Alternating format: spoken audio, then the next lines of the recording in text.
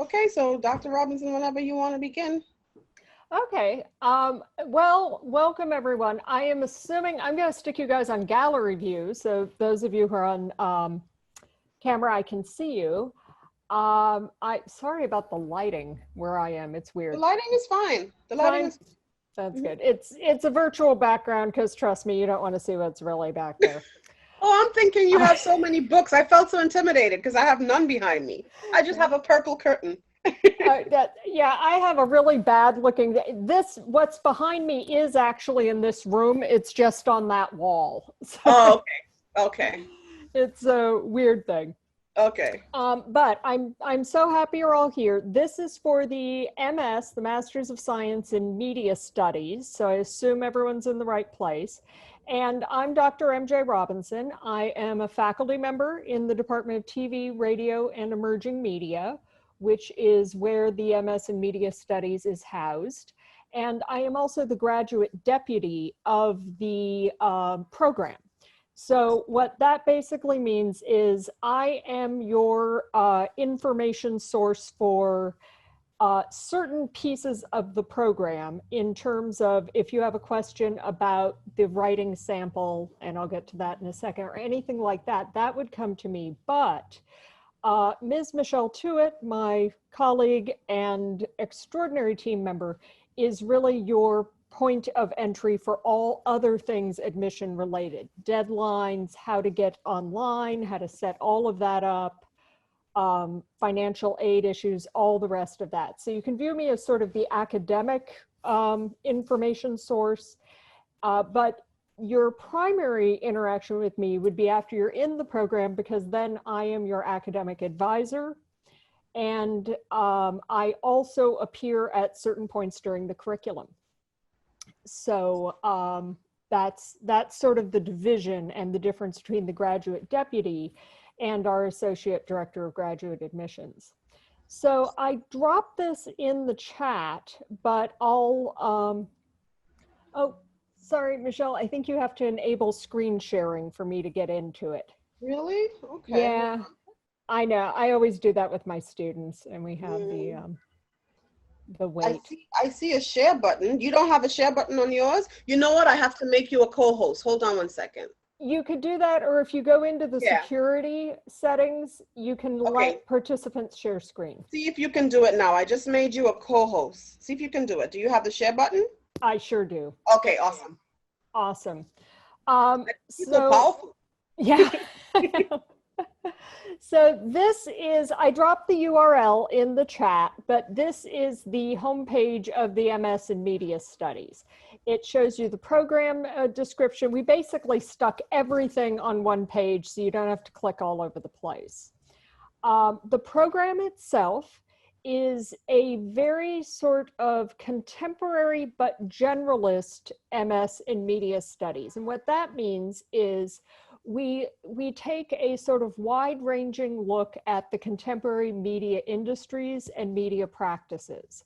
And we look at that in terms of the industry.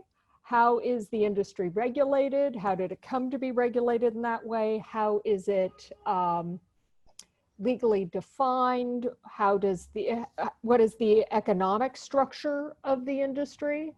And in that respect, we do also have spaces where you can look sort of comparatively or internationally. What is the difference between the structure of the American media industries and, say, the European ones? If you're following this, Europe has a lot of stuff going on with social media right now and their regulation of it, which is really kind of interesting. So we look at that, and we look at things like, you know, in Europe, you have the right to be forgotten, and they will make Google change the search results that come up for your name if you petition them. And of course, we don't have that here in the US. So, you know, we really try to take a contemporary view of what's going on with these industries, but that also extends to who owns these industries, who owns the various companies, how is representation of various groups, whether that be a socioeconomic group or ethnicity or race or sexual orientation, you know, how does the range of diversity and representation work across these various industries. And then we also look very specifically at digital platforms and what is the actual construction of these media, right? So like radio and podcasting are both audio storytelling and audio information platforms, but they are constructed differently. They have different narrative forms. They circulate differently. So, you know, it's that sort of program. And the program itself, scrolling down here to the degree requirements, is 10 classes that are 3 credits each, so a 30 credit degree. There are 6 required classes, and those are the ones here. Ironically, these are in numerical order, but Intro to Media Studies you take your first semester, and Media Studies Seminar you take your last. So these 6 classes are offered in a very distinct order, and you move through them in an order where they scaffold and they build off of each other to give you a very good grounding in these various topics. And you can kind of guess what goes where, right, by the titles of the courses. In addition to these 6, you can choose 4 electives. And many students elect to take our media literacy seminar as one of their electives. Media literacy is, of course, a major field. It's very important. The whole thing about fake news, what is and isn't real, is a media literacy question. So we have a lot of students who elect that. And then we have a variety of other classes that we will also offer that can be taken for those electives. The other feature is that you can take up to 2 of your electives outside of our department. And this is where we have students who really are able to customize their curriculum to themselves. So there are students who are interested in marketing or in social media marketing, and they might take their electives in the marketing program in the Koppelman School of Business, or they might also take a psychology class or a sociology class to advance their knowledge there. We have a very good relationship with the Screen Studies program, which is located in the Fierstein Graduate School of Cinema. So we often have students who'll take an elective over there, and so they'll take a global cinema class or something like that. And increasingly, and particularly because we are in the pandemic / dystopian hellscape that we're all fighting our way through, we do have something called the e-permit. And the e-permit will allow you to take 2 of these electives at a different CUNY institution, but we transfer it in so it counts for your Brooklyn College degree. So to give you, and this is particularly important for those of you who might be entering during the pandemic period, because with budget cuts, we're kind of constrained on what we can offer, but this opens up your choices. So for instance, Douglas Rushkoff teaches at Queens, and he's a phenomenal media scholar. In fact, we read some of his books in our curriculum. But he offers a graduate course over there, and we've had numerous students take his course at Queens as one of their electives, and then we e-permit it in so it counts for your degree here. And that's something that's kind of unique to CUNY, but it's also pretty cool because we're able to say, okay, you know, we don't offer this particular thing, but we can find a way to get you that class. And you may in fact be in class with students from Queens or City College or Hunter because they do the same thing with our course. We have a lot of the students from the Integrated Media Arts program at Hunter who like to come over and pick up our digital media environment course because it's a unique course for that. So the basic course load is 2 semesters of 2 classes apiece and 2 semesters with 3 classes apiece, and that all adds up to 10. Aside from the required courses, and there are never more than 2 required courses required in any given semester, you can choose where and how you want to put your electives in there. The study culminates in your last semester. you will take a comprehensive exam, which is a take-home exam. It's emailed to you, you have a week, and then you email it back. And so that happens in the final semester. That is non-credit bearing, but it is the culminating experience. We do not offer a thesis option.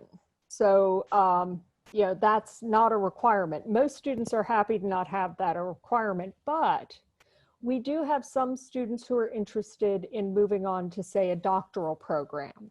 And in that case, they may want to write a thesis. They still have to take the exam, but we put them in a course of study where they can take special problems, which I think is a terrible name for a class.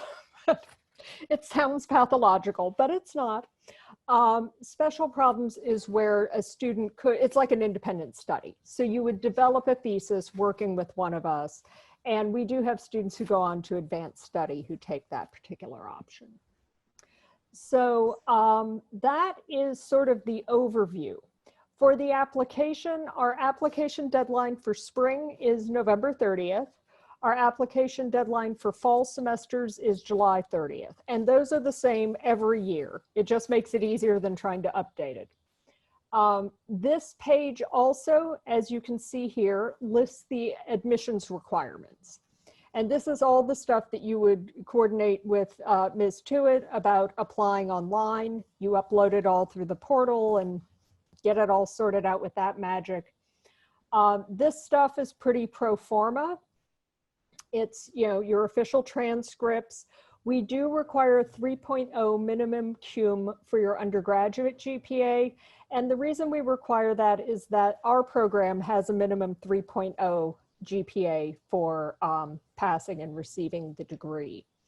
Occasionally, I get questions from students who are like a 2.8 or 2.9 undergraduate. In most cases, they were pre-med or something happened. And in that case, I say, go ahead and apply and use this personal statement down here. Somewhere I have it. Oh, here it is, statement of purpose. Sorry about that. Use the statement of purpose and just let us know what happened, right? So we have students who, when we look at the transcript, we don't just look at the GPA. We look at what are your grades in. And if we see there was a semester that something happened during your undergrad, but your grades in courses that indicate analytics and the rest of it are high, that's not an issue. So that's sort of the striking distance.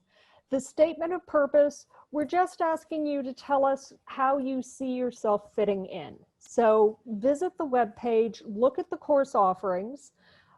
You can look at the bios of some of our faculty in the TV, radio, and emerging media department. Dr. Fry, Dr. Hashmi, and myself are the major professors of the MS program, and I'll stick their names in the chat before we leave, so those are there. But, other professors and others of my colleagues also teach in the program. So we're just looking to see in your statement of purpose that you know what you're getting into in terms of you've checked us out, and then also tell us what your goals are.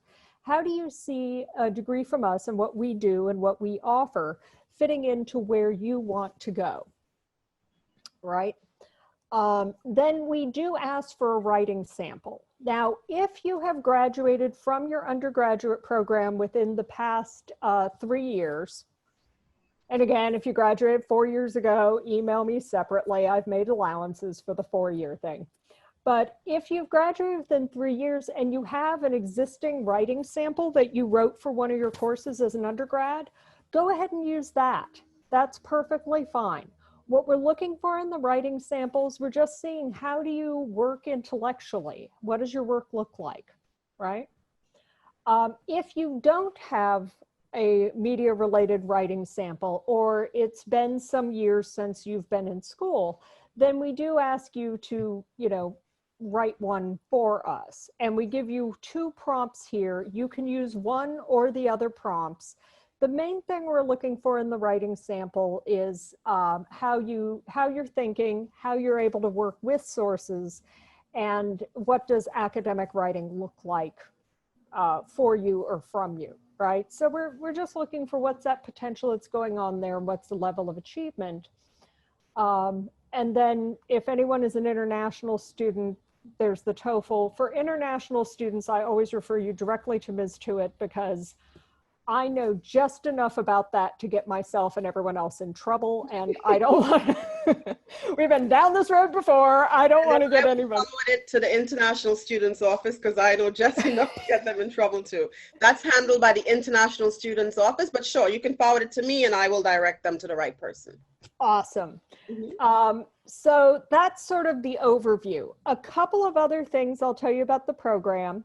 We have a great connection to WNYC radio. So there is an internship that is available specifically for a graduate student to work with WNYC.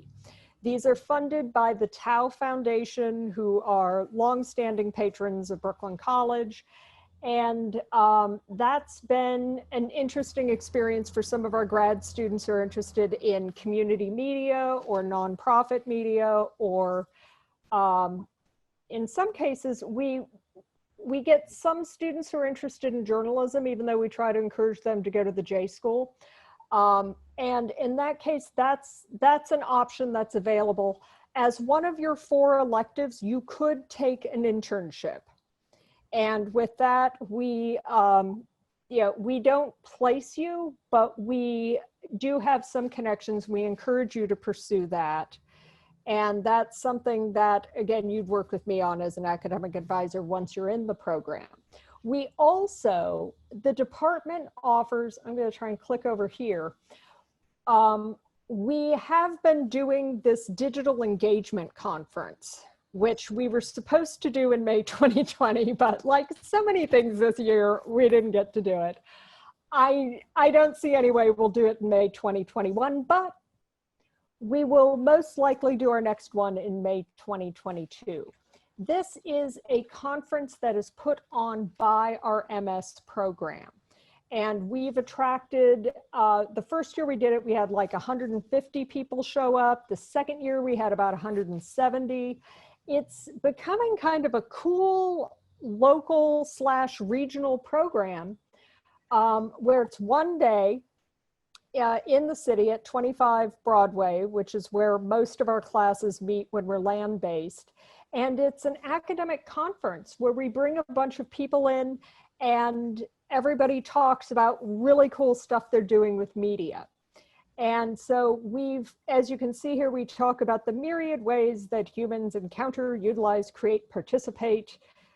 We threw a whole lot of descriptors in there because unlike a standard conference where people sit around and read papers to each other, we've had students show social media campaigns that they've engaged in for the digital environments class. We've had media literacy students showcase pedagogical stuff that they're pioneering to teach students more about how to test various media messages.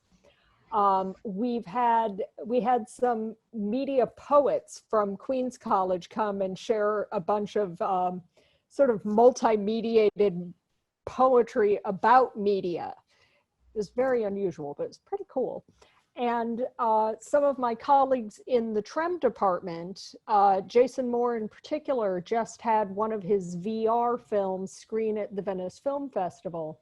He's come and he's done some pretty cool VR and AR workshops as part of this. So this is an option that if you were entering in the spring or if you enter next fall, this would be something that would happen during your time with us.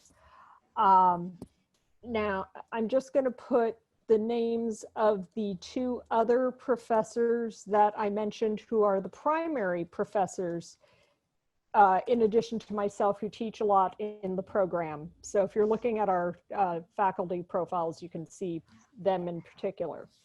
One of the questions I get is are there any production options in our MS program? And this is one of those where I don't want to fully commit that we would have everything offered during the time you're here. But what I can say is that We usually have at least one course that involves making things, making media. In the past, we had a audio journalism and podcasting course that was offered 1 year. My colleague Jason Moore has offered a virtual reality and augmented reality course that's a blended undergrad, advanced undergrad, grad course. So it's, seniors plus some grad students. And we've also had a documentary class offered by Irina Patkanian, who is also a internationally known documentarian. And so we have had, as one of those 4 elective options, we've cycled through some courses where you would actually do hands-on things. The other thing is when we get back land-based, we have WBCR, which is a college-run Brooklyn College radio station, but it operates out of the TV, radio, and emerging media department. So students with an interest in audio storytelling, we've had grad students who get on the air there and have a show and build their own podcasts and the rest of it. So there is some wiggle room for those of you who might also be interested in a production or making element. We can usually find something that fits in during the time you're with us.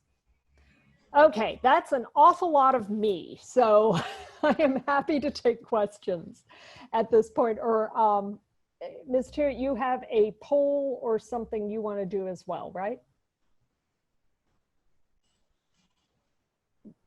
This is where I turn over.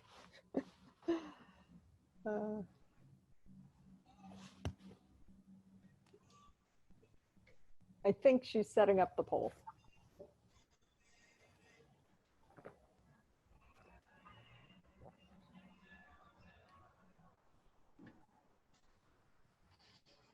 Perhaps. Well, while she's setting up the poll, if you guys have any questions, you can put them in the chat or. Okay, so I have the, hold on. Okay, sorry. 1 second.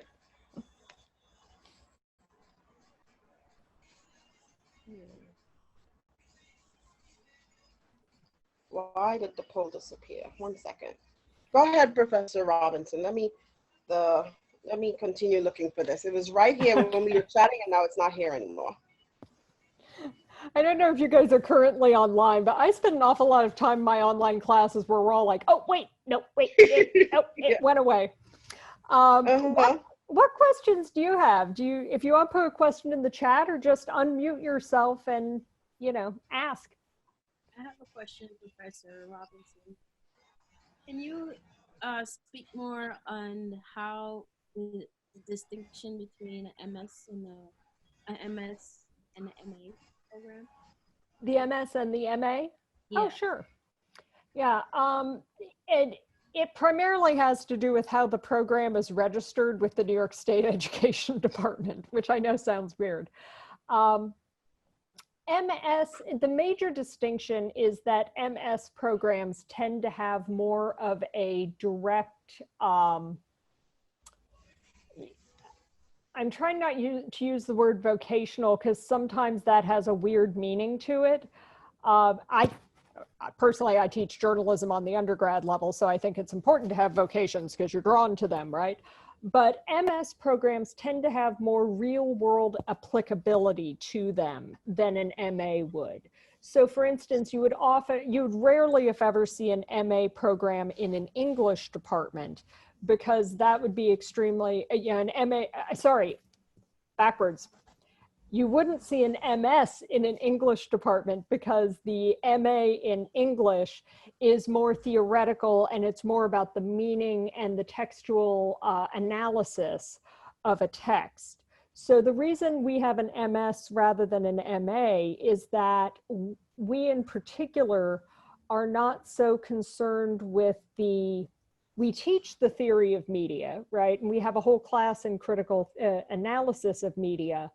But we are very, very much rooted to what is the current effect and current state of digitally mediated communication in our society, and what are the implications of that for our political world, for our political action, for education. So the difference between the MA and the MS is that the MS is much more rooted in a direct application to what we're now doing or experiencing in the world around us. And it also is there because that lets us sneak a production class in here and there, whereas an MA tends, the New York State education, people kind of frown on MAs having a production component.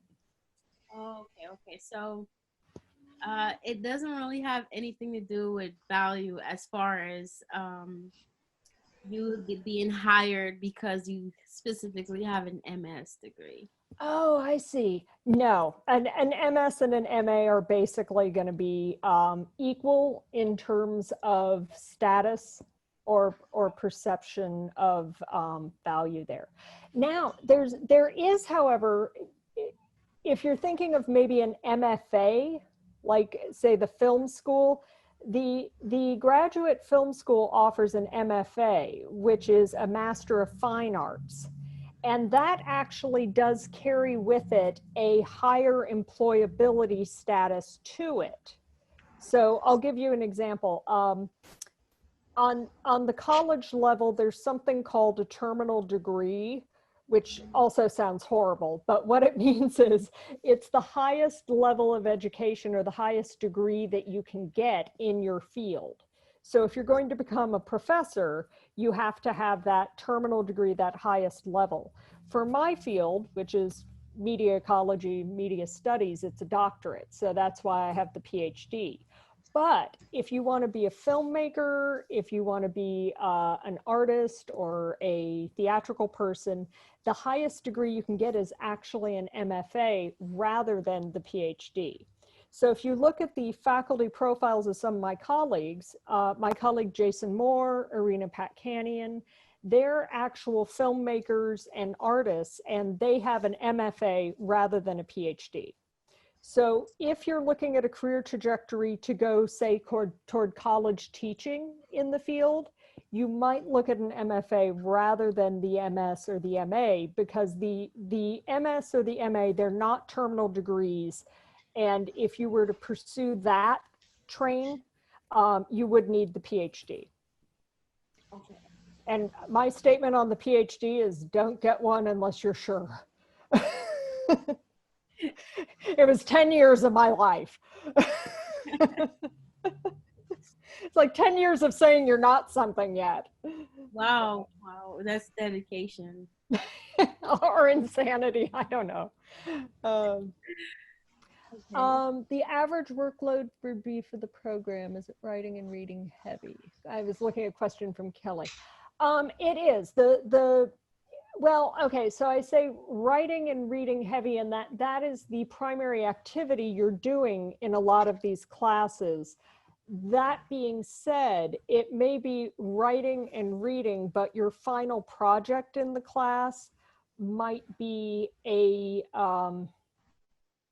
this is where I wish Dr. Fry were here, because she teaches the courses that culminate in this. The final thing you turn in might be some sort of media product, which I know sounds dodgy. Let me see if I can pin that down more. So here would be the example. In research methods, there's a research methodology that is ethnographic, and that involves doing a bunch of background research, identifying a group of people who you will then go talk to about their media consumption. Then you'd go do a bunch of interviews, and your final output for that would be writing, but it wouldn't be the sort of research writing project that you would encounter in a standard analytical class, because you're basing it on your own original research. So the primary activity is reading and writing, but it's always enmeshed in the digital environment we live in. Several years ago, the final project for the digital environments class was a social media activism project. So they created campaigns using Instagram and TikTok, I believe. And then the written part was an analysis of it. In general, the two to three classes, most students don't have a problem handling that alongside work. Many of our students, I would say about 70% of our students work full-time jobs and take classes alongside that. Our classes meet from 6:30 to 9 at night. So we mesh very nicely with people who have like 9 to 5ers. And we do expect we're going to be online until next fall. Yeah, so Dr. Robinson, I actually have the poll. It magically appeared. So do you mind if I launch it right now? Not at all. Go right ahead. Okay. All right. Thank you so much. Okay, here it is. And if everyone can just take their time to just respond to these few questions, we will greatly appreciate it. Thank you so much.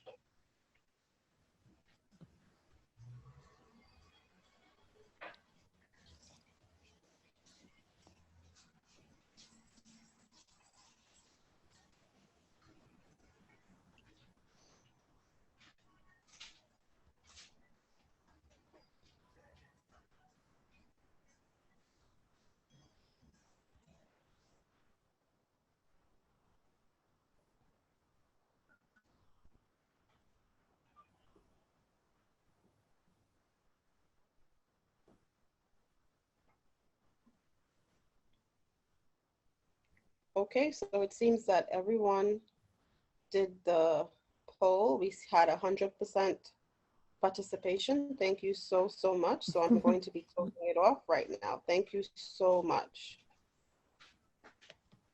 Okay, so Professor Robinson, if there are any more questions, we can continue.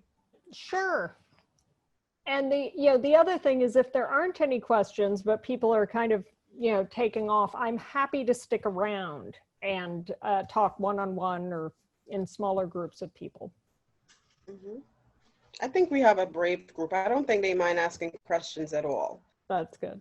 Well, let me ask you guys this. If I could ask you guys where you're coming from and what your specific interests might be, that's something where there may be something I know that I don't know you would want to know. So everyone just muted themselves.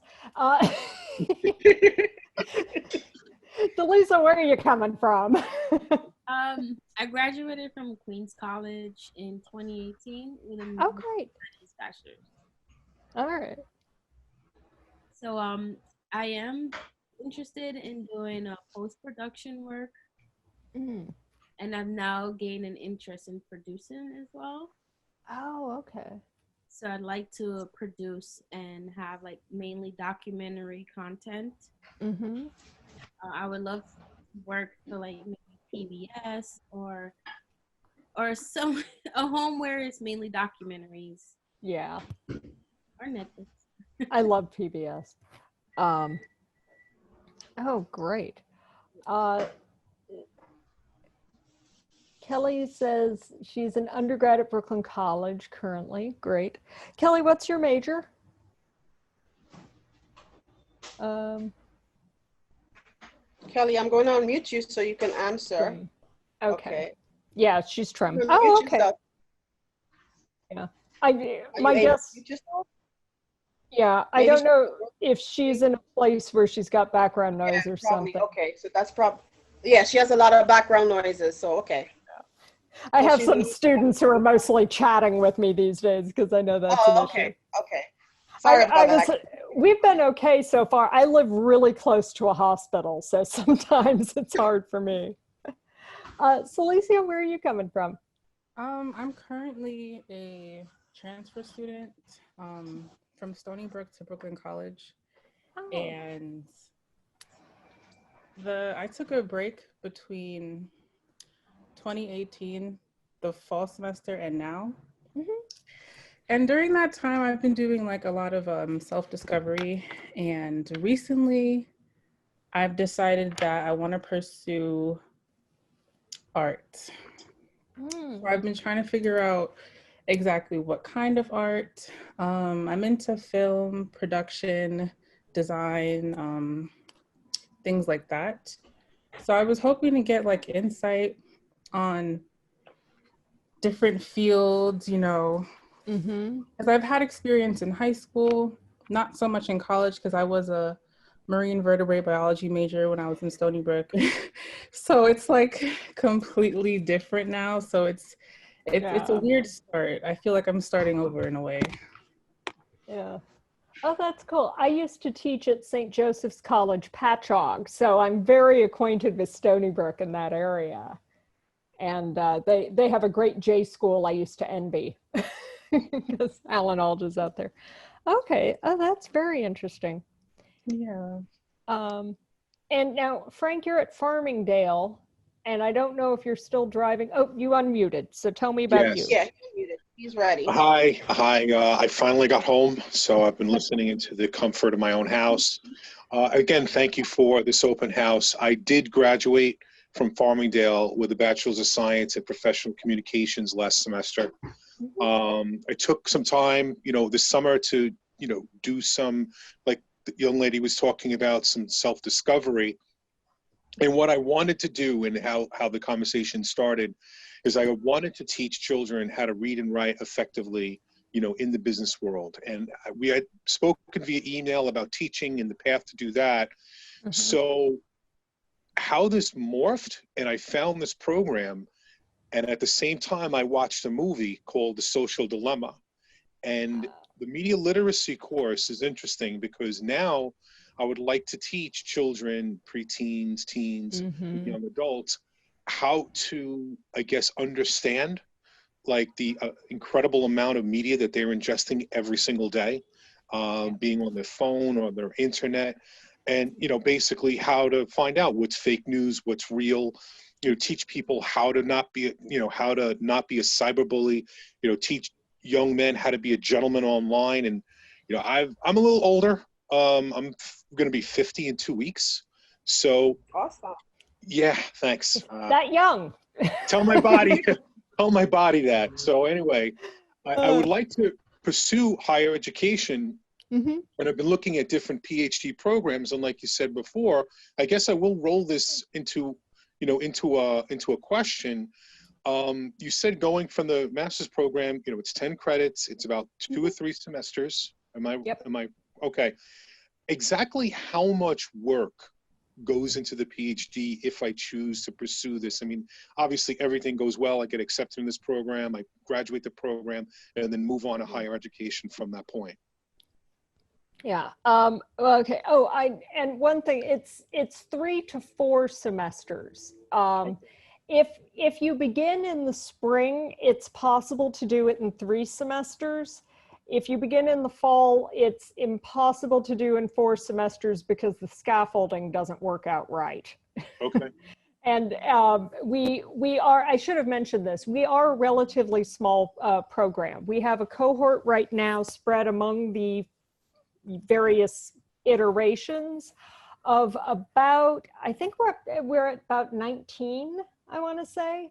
But in general, you're working through in cohorts, or we have some blended classes. So the good thing is it's impossible to get lost. Some of you may have heard me joking with Ms. Tewitt about being a cyber stalker. I do keep an eye on follow up, make sure that everyone's on deck. So, it's about 3 to 4 semesters. If you do go on to the PhD, you'd look to apply to that in your last semester or last year, depending. Most PhD programs will only start in the fall. And from that point on, it's kind of depending on, it took me 10 years for a variety of reasons that have more to do with work-life balance than it had to do with it taking a reasonable amount of time. Most PhD programs will run an average of 4 to 5 years, and most of them will now not fund you unless they, not accept you unless they can fund you. So you're funded and you do that. So that's sort of the time frame. There are low residency PhD programs.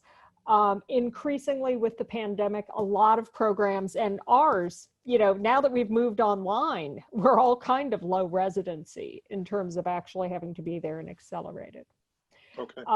I can tell you that from past experiences, I'm I've been at Brooklyn College since 2015, so I'm kind of doing math in my head based on the alumni that I've seen.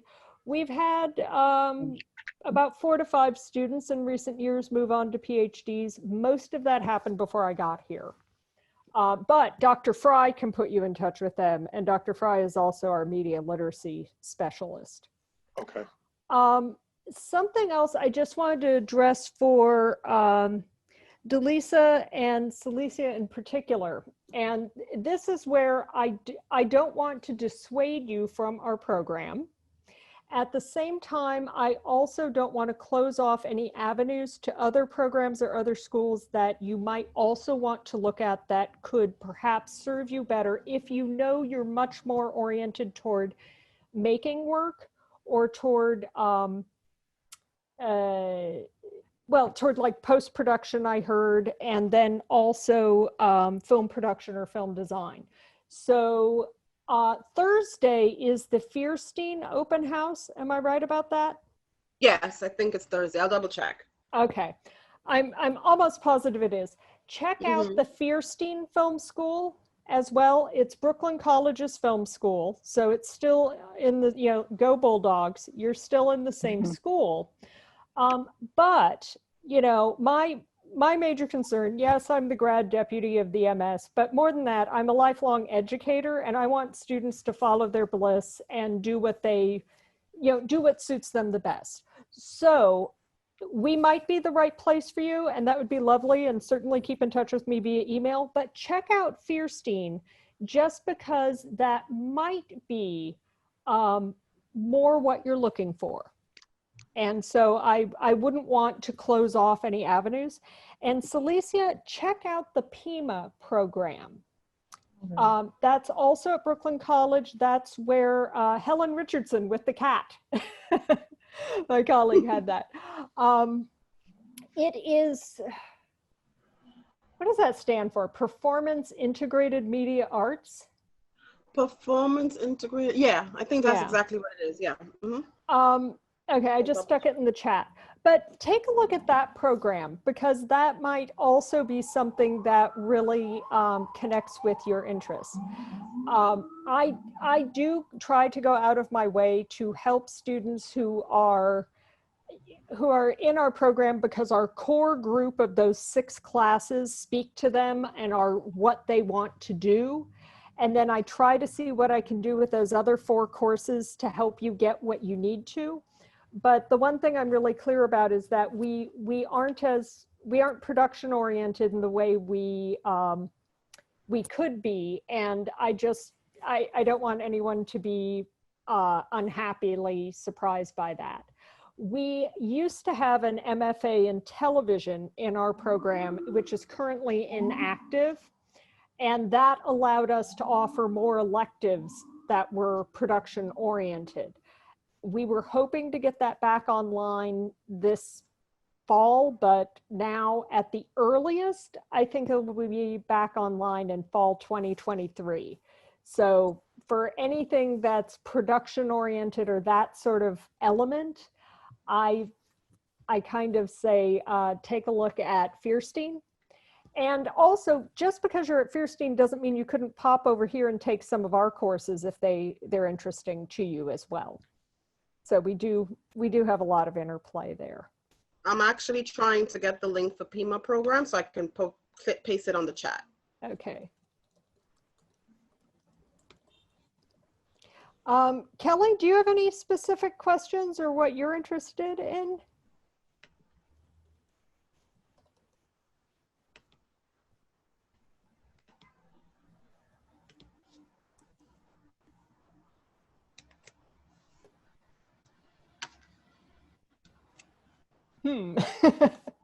I know, I just kind of put you on the spot there. That's perfectly okay.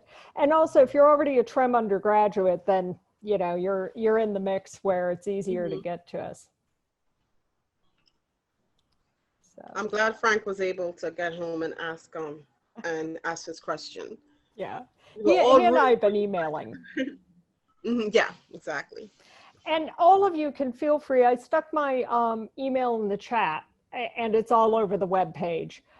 but She responded, Professor. She said she's interested in criticism or social ethical issues. Kelly responded. awesome. Kelly, we are absolutely the right program for you. Mhm. So 2 out of 3, I can tell you, absolutely, that's us. That's exactly what we do. And, you know, so that being said, we also have had graduates go through our program with an interest in production and gone on to production gigs and production jobs. So it isn't that it's mutually exclusive, you know? So we're good with that. And, you know, if you have like the width of the staircase and you're like, oh, I should have asked something, go ahead and email me. That That's what I'm usually here happens for. at the end of the event. That's when you remembered, oh, I should have asked this, I should have asked that. But we're here for you. You have my email address and you have Dr. Robinson's email address, and she's available at any time to answer, and so am I. Yeah. And of course, I'll probably sign off and be like, oh, I wish I'd told him this, but Yeah. these are kind of fun.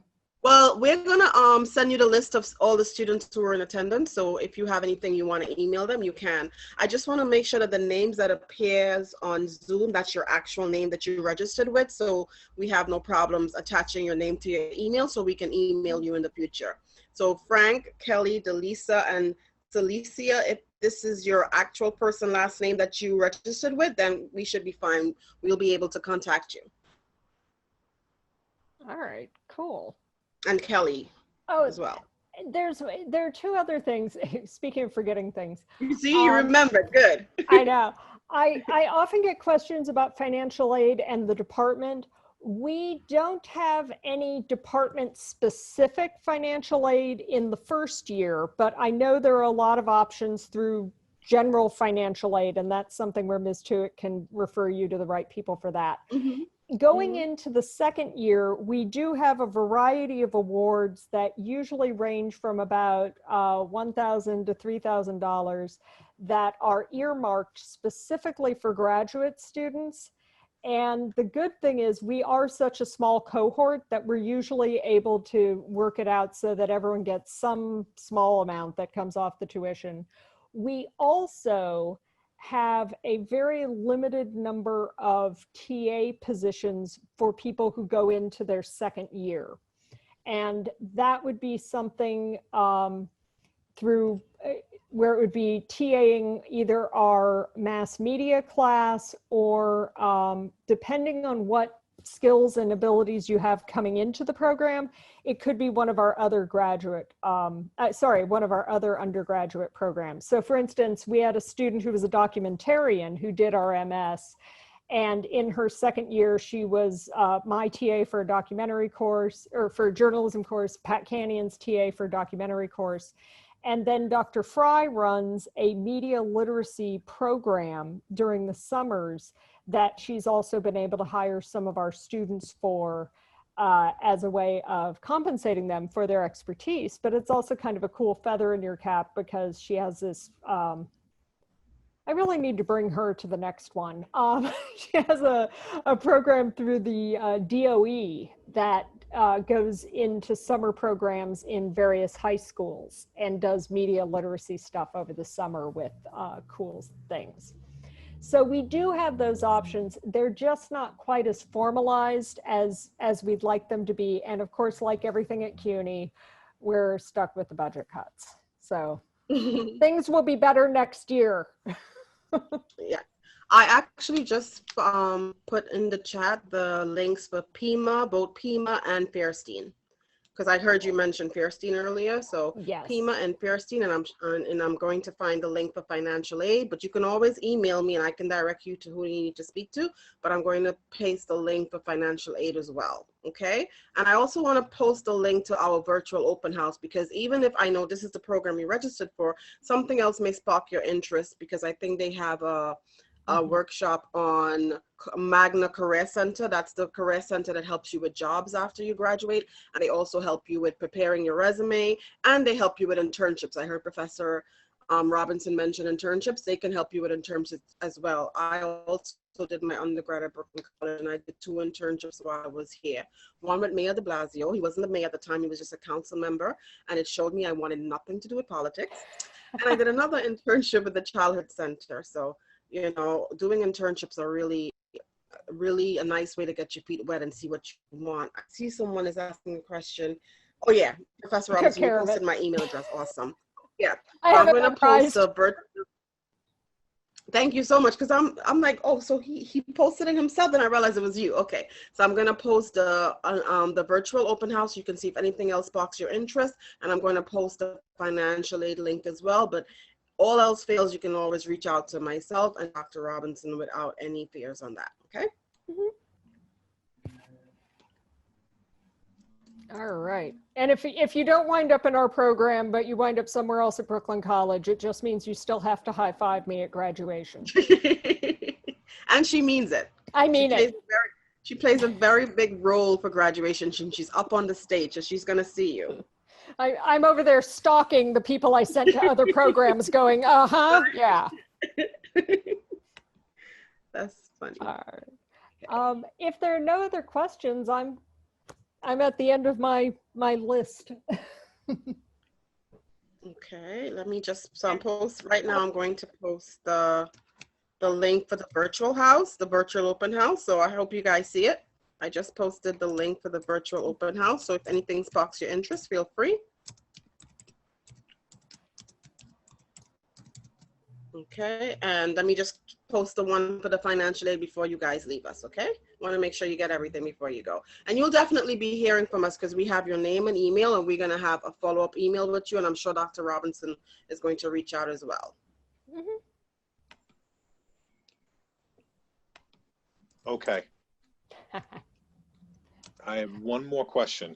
Sure. Go ahead. Sure. Okay. Now, I'm going to have to think of how I'm going to really explain this. In a perfect world, and I explained this to a few of my friends I was talking to this about, I'll be able to go into this program, and it will also give me, or find through another program, and you did mention that I can take some electives through a different school and e-rate them. Was that the correct term? E-permit, yeah. E-permit them in to be able to qualify me to get my certifications to teach secondary schools 7 to 12. Oh. So is that at all possible, going into media studies, but then looping in a couple of education courses as electives? I think that is possible. We actually have a pretty good graduate education program here at Brooklyn College. Okay. In fact, it's pretty huge, isn't it, Michelle? It always feels like Yes. there are a zillion of them. Yes. So we do have those programs, and we have had students in our program take ed courses for their electives. The key thing is, I would say, and maybe you can help me out with this. I would say contact somebody over in ed directly to figure out what that looks like, because the DOE and all that licensing is so specific. Mm-hmm. I would be terrified about steering you wrong, because I don't actually know how those pieces fit together, but they would. So it's very. I've been doing a lot of talking. It's very Byzantine how it. Yeah. I think it's the only word that I had in my vocabulary to explain it. But thank you very much for that. Yeah, and I think there's a grad deputy of ed. Like there's some ed K through 12 or. Remind me again which ed you're interested in, so I can send you the link. Which program are you asking about? Early childhood, you said? You know what? It would be English language arts. English language arts. Would it be English teacher? Yes, but it wouldn't be. I wouldn't want to be the traditional English teacher. Okay, so I will send you the link for English teacher, and even if that's not it, look at the top of the link. You're going to see the graduate deputy's information. James Davis, email him. He's good, Dr. Robinson, in responding, so he will get back to you with the information, the right information, okay? But let me at least send you a link so you have something to work on. But just look at the graduate deputy's name, and that's the person you can send information to. Okay? I appreciate that. Thanks. So let me pull that up before you go.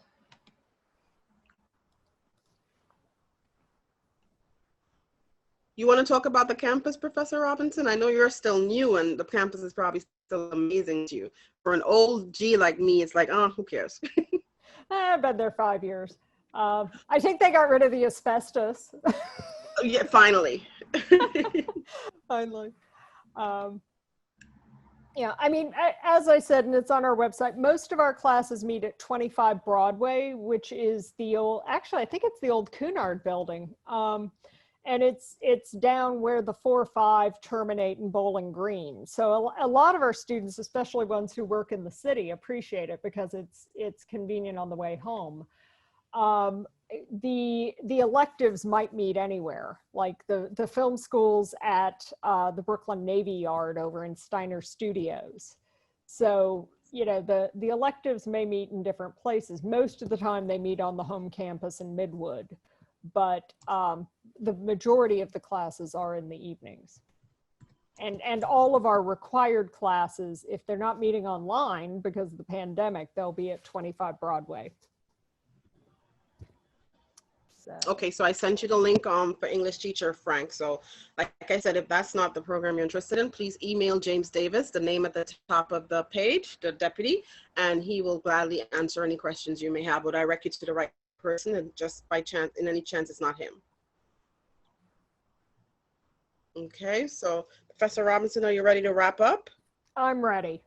Okay, so guys, thank you so much for your time. Cool picture, Delisa. I'm just looking at your picture there. It's really cool. Thank you all you guys for coming in. Kelly, Celicia, Delisa, Frank, Dr. Robinson, thank you for your time. Thank you for staying with us for the whole hour. Not everybody does that. That's true. And thank you, Ms. Tuig. You guys are awesome. Not everybody does that. So thank you for staying for the whole hour. And guys, thank you for joining us for our first virtual open house. And you will definitely be hearing back from us, okay? Thank you. Thank you. Okay, guys have a good night. Good night, Dr. Robinson. Good night. Okay, bye. Bye.